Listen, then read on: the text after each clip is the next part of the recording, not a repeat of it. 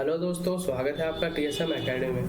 हम लोग 1857 की क्रांति का पार्ट 2 पढ़ने वाले हैं। तो पिछला क्लास में हम लोग पढ़े थे किस प्रकार अंग्रेज भारत में व्यापार करने के लिए आते हैं, फिर शासन करने लगते हैं। उसके बाद देखे थे किस प्रकार 1857 की क्रांति का आरंभ और प्रसार हो जाता है। उसके बाद हम लोग जो टॉपिक पढ़ेंगे अभी, विद्रोह का स्वरूप।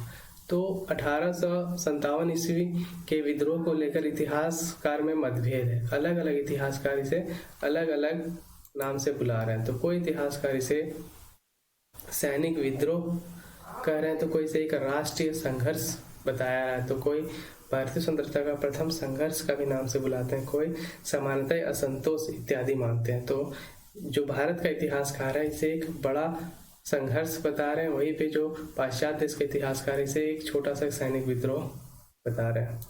उसके बाद जो हमारा टॉपिक है विद्रोह का अंत। तो किस प्रकार अंग्रेज इस विद्रोह को दबाने के लिए भारतीय क्रांतिकारी में विषम परिस्थितियां पैदा कर देते हैं और अपनी पूरी ताकत लगा के विद्रोह को जल्द से जल्द समाप्त करना चाहते हैं। इसके लिए इंग्लैंड से अधिक मात्रा में सैनिक मंगवाते हैं। साथ में देखेंगे किस प्रकार विद्रोहियों को सजा दिलाने के लिए नया नया कानून बनाते हैं और सजा देते हैं। उसके बाद 1857 ईस्वी में दिल्ली में फिर से दोबारा अंग्रेज कब्जा कर लेते हैं और जो अंतिम मुगल बादशाह बहादुर शाह द्वितीय उन पर मुकदमा चलाया जाता है और उनको आजीवन कारावास दे दिया जाता है। फिर जून 1858 ईस्वी में रानी लक्ष्मीबाई अंग्रेज से लड़ते लड़ते शहीद हो जाती है और नाना साहेब और बेगम हजरत महल नेपाल चले जाते हैं।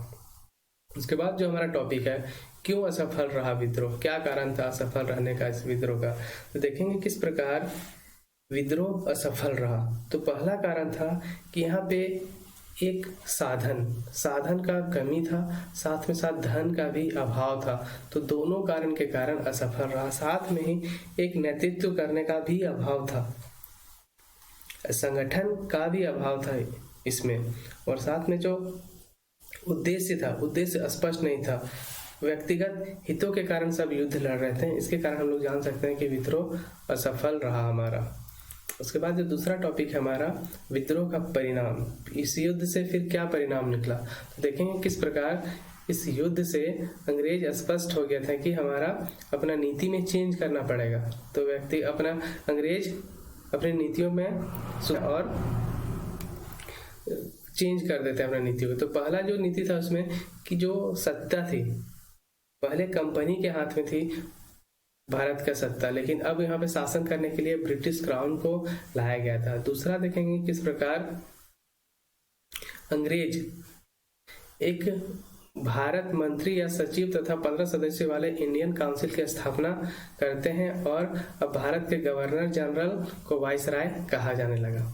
उसके बाद तीसरा जो कारण था सेना में जो भारतीय सिपाही की संख्या घटा दिया गया और यूरोपीय सिपाही की संख्या बढ़ा दिया गया था और अवध, बिहार और मध्य भारत और दक्षिण भारत से सिपाहियों की जगह अब गोरखा, सिख और पठान सिपाहियों को भर्ती करने लगा था।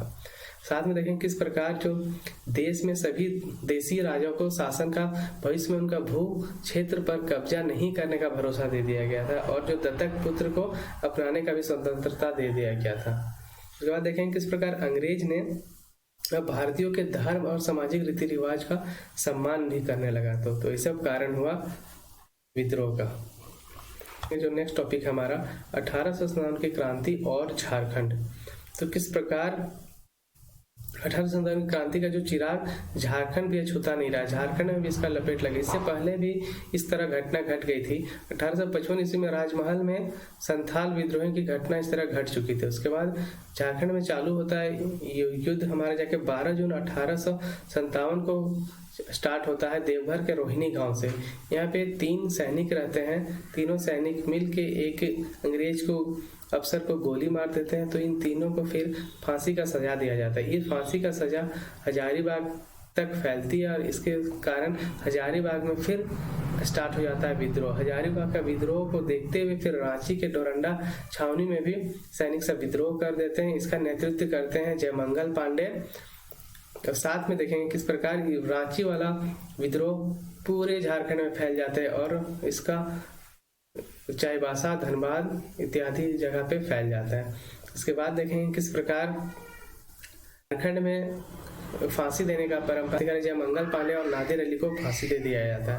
उसके बाद देखेंगे किस प्रकार झारखंड में सिंहभूम में राजा थे अर्जुन सिंह, बढ़ चढ़ के हिस्सा लेते हैं इसमें। और साथ में पलामू में 2 भाई थे नीलांबर पीतांबर, दोनों भाई मिलके अंग्रेज के खिलाफ डट के मुकाबला करते हैं और महान स्वतंत्रता सेनानी थे। उसके बाद देखेंगे किस प्रकार पूरे भारत में कानपुर के बाद पहला सामूहिक फांसी का नाटक अंग्रेजों ने रांची के वर्तमान शहीद चौक में खेला। देखें किस प्रकार अंग्रेज यहाँ झारखंड में कई दर्जनों को फांसी दिया, लेकिन फिर भी यहाँ के नायक इससे लड़ते रहे अंग्रेजों से, और अंग्रेजों को 1 साल तक यहाँ पे छोटा नागपुर क्षेत्र में शासन नहीं करने दिए थे। तो अगर वीडियो बढ़िया लगा तो आप लोग इसको लाइक कीजिए, चैनल को सब्सक्राइब कीजिए और दोस्तों में शेयर कीजिए। वीडियो देखने के लिए बहुत बहुत धन्यवाद।